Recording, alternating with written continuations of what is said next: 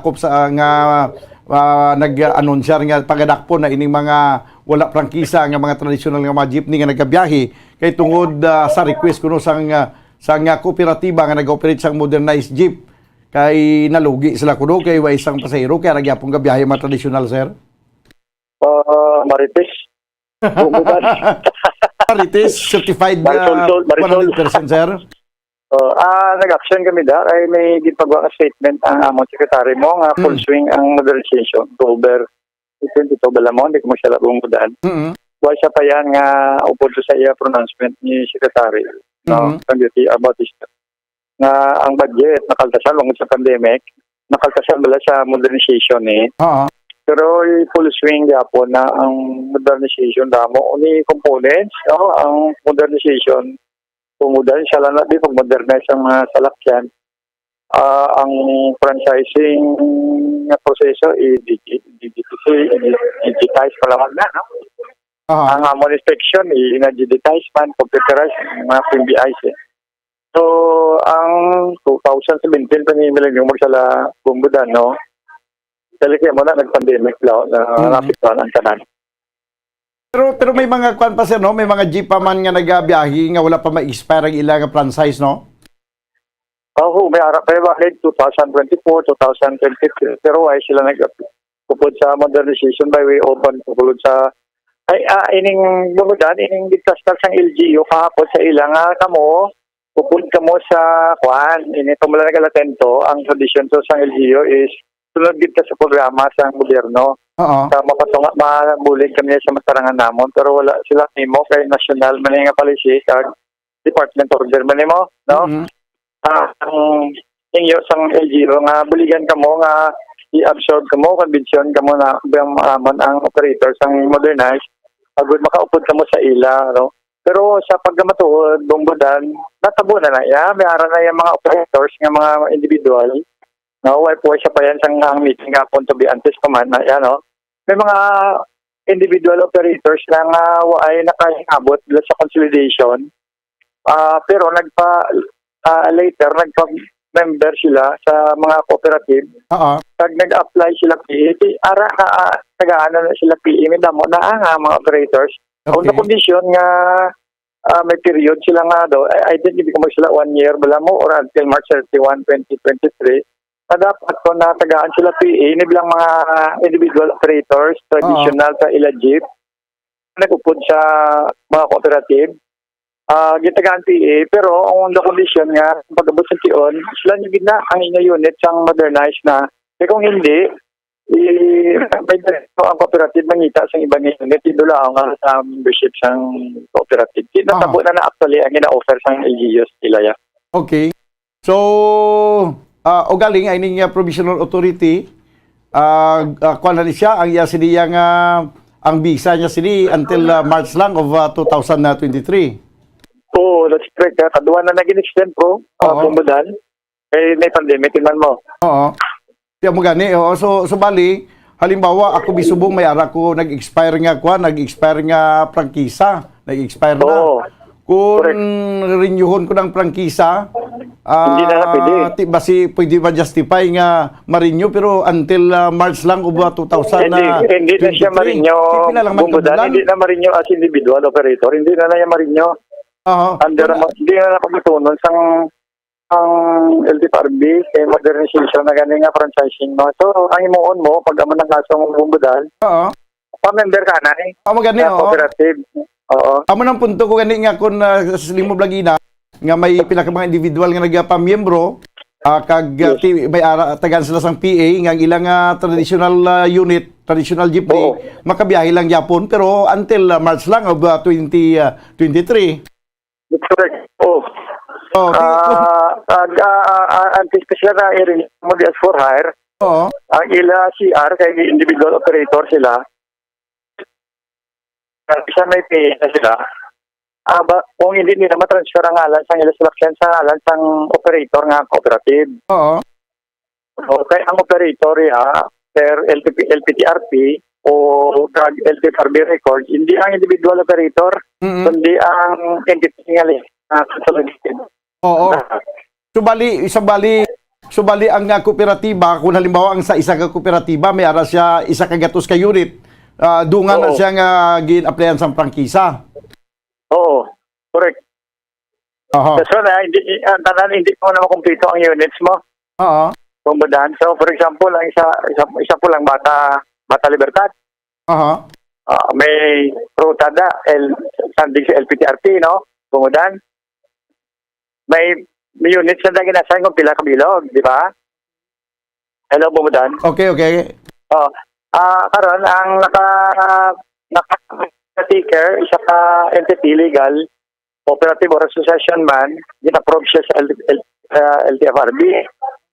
Pero ang units niya nga na ma-produce siya anay sa transaction 20 lang anay.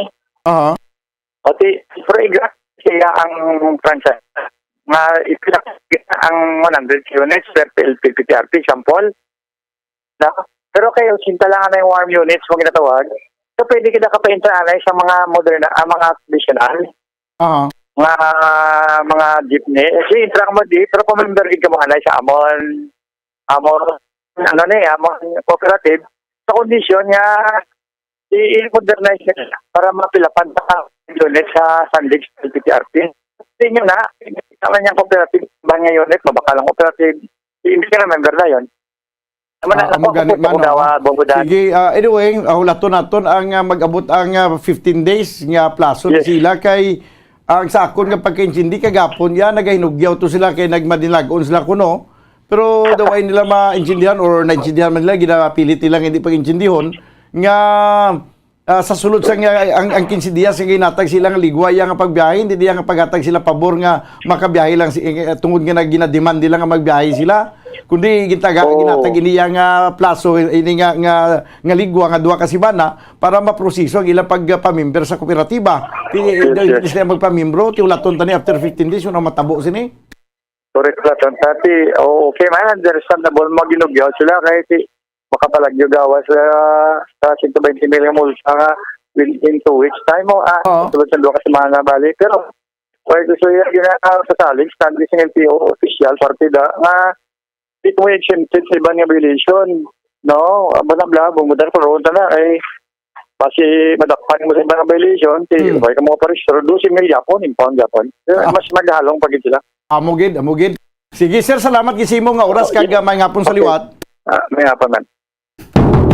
Si Mr. Renato Novero, ang chief sang LTO, diri sa siyudad sang Bacolod. 31 minutos sa kaligas na nga launa, ginadiscuss ko ni Banwa sa ato yung mga operators sa drivers, waya siling nga ginadus-dus ko kamo, kundi nagabulig ako sa inyo penchindi, nga ang inyong paghinugyaw temporaryo lang ini kay after 15 days maaari malaso ka mo gyapon kung hindi ka mo magpamiyembro sa kooperatiba kay amo na ang ginahambal sa inyo kagapon nga sige tagaan ka mo sang provisional authority nga makabiyahe until tubtob no tubtob ba to 2 weeks starting abi subong. Provided nga mapirma ka mo sa undertaking nga mapamembro ka mo sa kooperatiba. Ti ang long and short of the story Banwa sa ato nga mga operators kag mga drivers, the long and the short of the story masunod gyapon sa kamo sa modernisasyon. Kag ang mag-abot ang tiyempo kay basi bala ako hindi ko gusto nga mag-asa kamo no nga may maglao, mag-expectar, mag-assuming bla kay basi magasakit pagid ang inyong buot kung magtabo na ang after 15 days nga hindi nyo na maangkon ang inyong gina-expectar nga basi tagaan na lang kamo sa tsansa nga makabiyahe. Kaya hindi na niyaway na ni Mahimo bisan ang aton nga city mayor, ang aton nga mga local government official guns up na. Why na sila si Mahimo sinikay national ini nga kasuguan nationwide giiga patuman ini. Why na sang dugang pang extension kay kadamon na sang extension ang ginatag. 2019 pa nimo gina-explicar na sa inyo 2019 nga may modernization program nga matabo. Di why man kamo mag-preparar, why man kamo magtigana, why sang kinahanglanon ninyo kag wala man kamo magpamiyembro sa kooperatiba. Kung sa bagay may mga kung tanaw naton ang both side gobyerno insakto man gobyerno kung gisa makasilimang kita nga do may mga punto man nga gina-raise ang mga drivers operators Kay tungod nga questionable ni ang isa sa gina-questionable nila ang kamahal sang unit mo. Imagine mo 2.9 million gin lock out yan ni Anay Presidente Duterte ang pag-supply sang mga salakyan nga modernized sa isa ka motor company ang GMC sa China. China ni Bumbarol ang ining GMC. Ano gani isa nga motor Jinjiang Motors Corporation Jinxiang basta Chinese ni motor company daw ang nag-provide sa aton diri mas nag-supply sang mga salakyan ti 2.9 million ang bili mo. Pwede man ka bugat sa bulsa. 34 minutos ang kaligat sa tag ng launa. Diri sa ato na pagpangalagad sa palatuntunan na Bumbo Hanay sa Udto. Kagkaroon mga kabyanan, antes kita magtakop, kaya daw ginakulabos kita sa oras, diri kita anay sa aton nga FIFA World Cup trivia. Mga kabyanan, sa aton karon nga feature, sa aton nga trivia, ang the Blues o kon ang Italy national football team nga makaapat ka beses nga nangin World Cup champion apang wala nadala sa Qatar FIFA.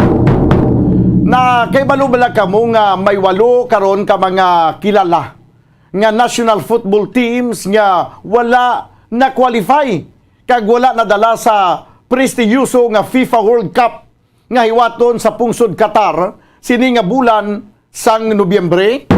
Isa na diri banwa mga kabumbo ang prestiyuso kag makaapat ka beses nga nangin kampiyon sa FIFA World Cup ang team sa pungsod Italy kung sa diin diri nga grupo naghalin ang mga nangin famous kag lagting nga mga Italian footballers nga sanday Joseph Miazza nga amo ang ginakabig nga the greatest Italian player of all time kag ang famous kag best left back ever nga si Paolo Maldini.